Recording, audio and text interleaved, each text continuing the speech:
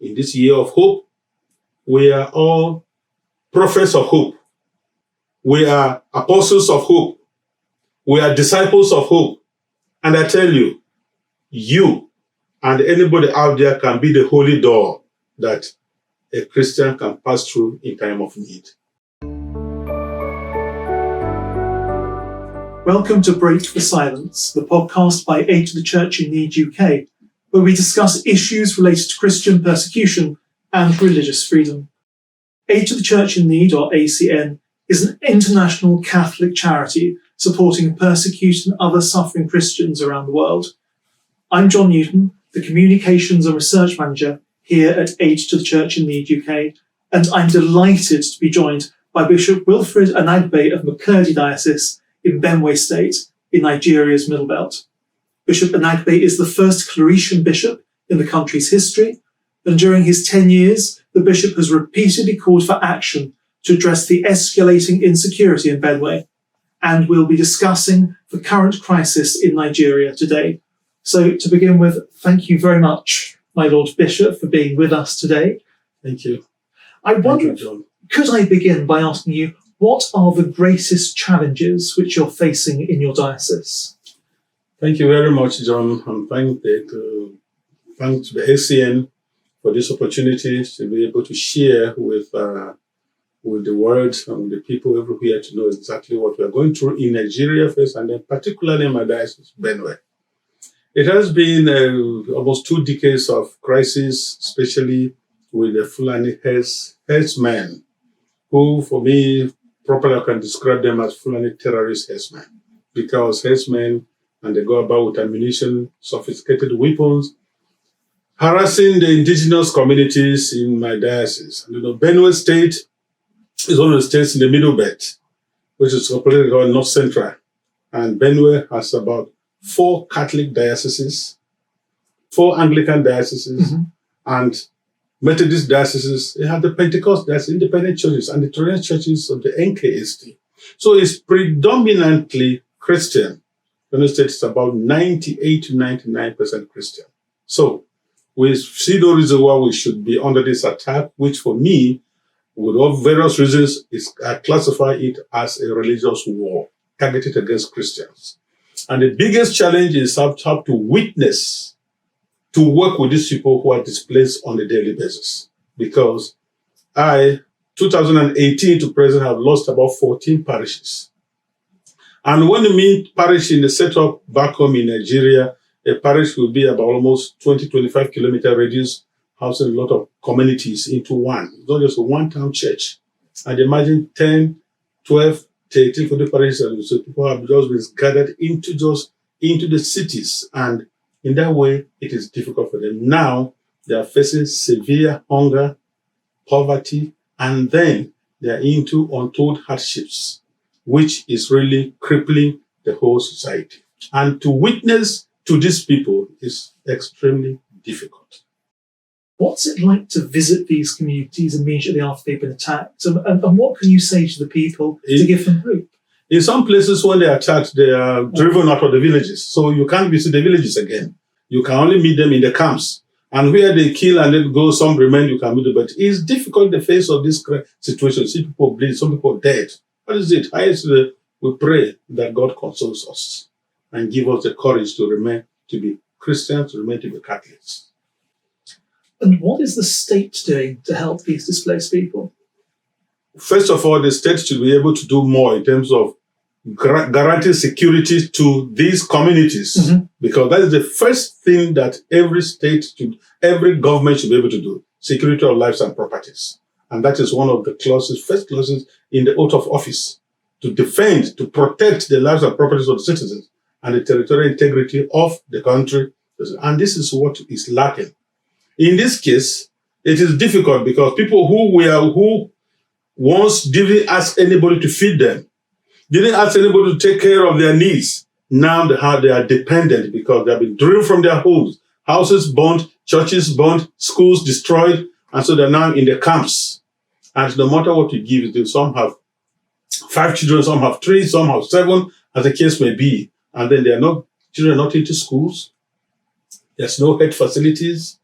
And the food is an issue.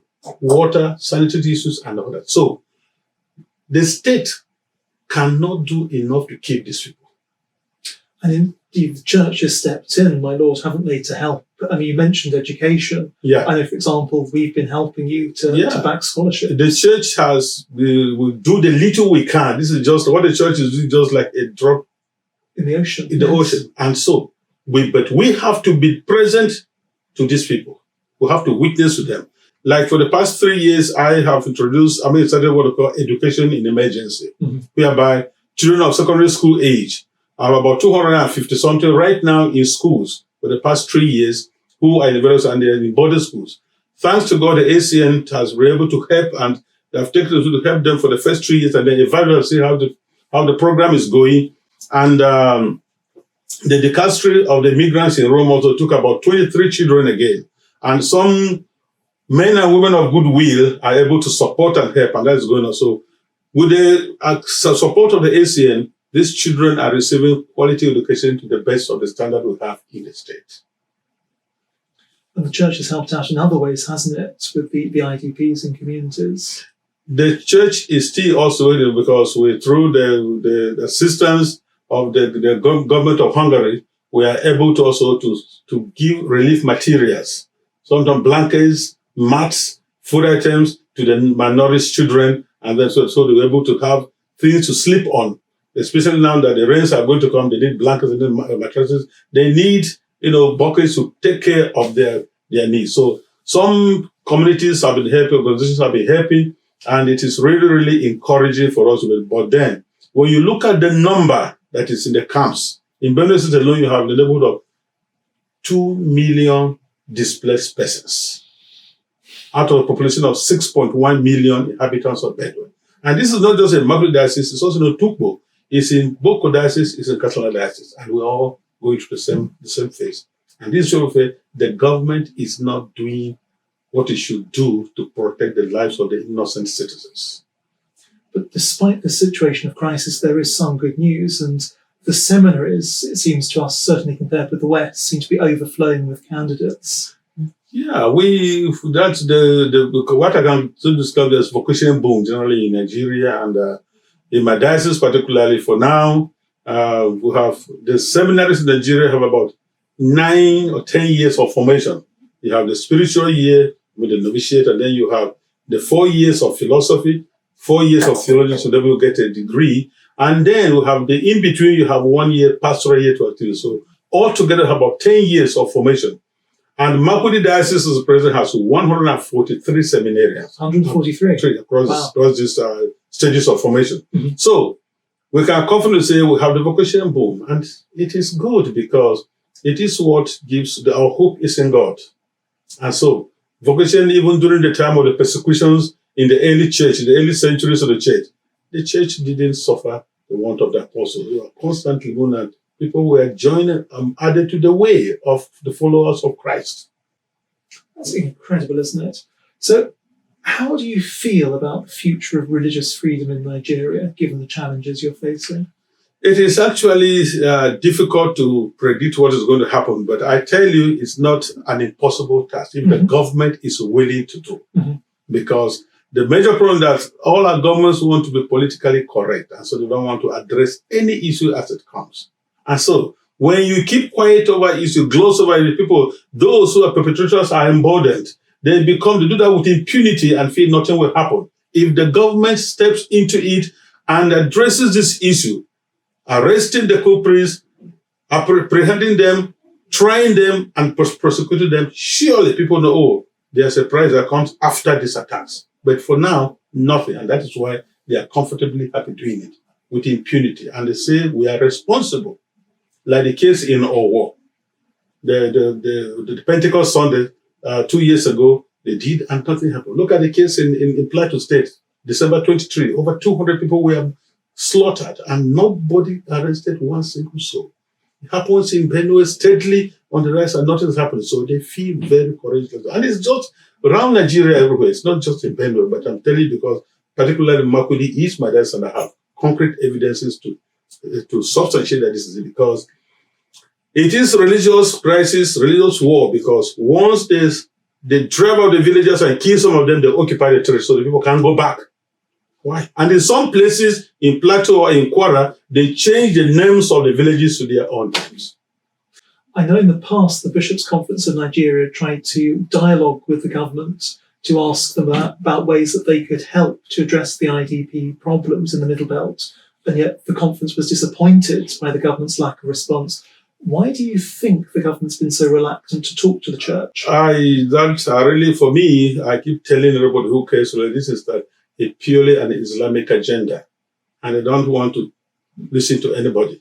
Just recently in Nigeria, about how many states have they may close schools because of the Ramadan fast. Meanwhile, they didn't close schools in Saudi Arabia. They didn't close schools in Afghanistan. They didn't close schools in Pakistan. And schools these are Muslims. Now come to look, you close schools for about 5-6 weeks because of the Ramadan fast. Now, Nigeria has 2 national exam bodies. WAEC, which is the West African exam for West Africa, they have a conduct exam that qualifies you to get to university, and NECO, National Examination Council. Now, if you have closed schools for these 6 weeks or 5, as the case be, what are these children going to write when they say these exams? Or will they give another exams? I just tell you that they know and they're doing it systematically. They are going, and if it is not checked, it's going to be difficult. Nigeria has one educational curriculum. So why are people breaking down to that? It makes no meaning.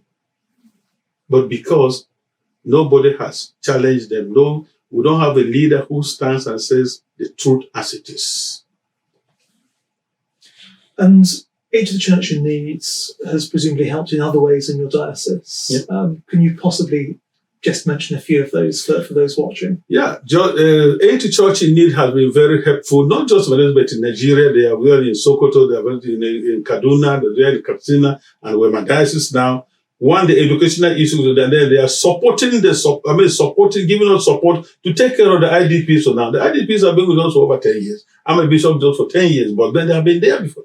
But it's becoming too serious now. And one of the letters which are given to us is the advocacy which they have made it possible to let the world know exactly what is happening.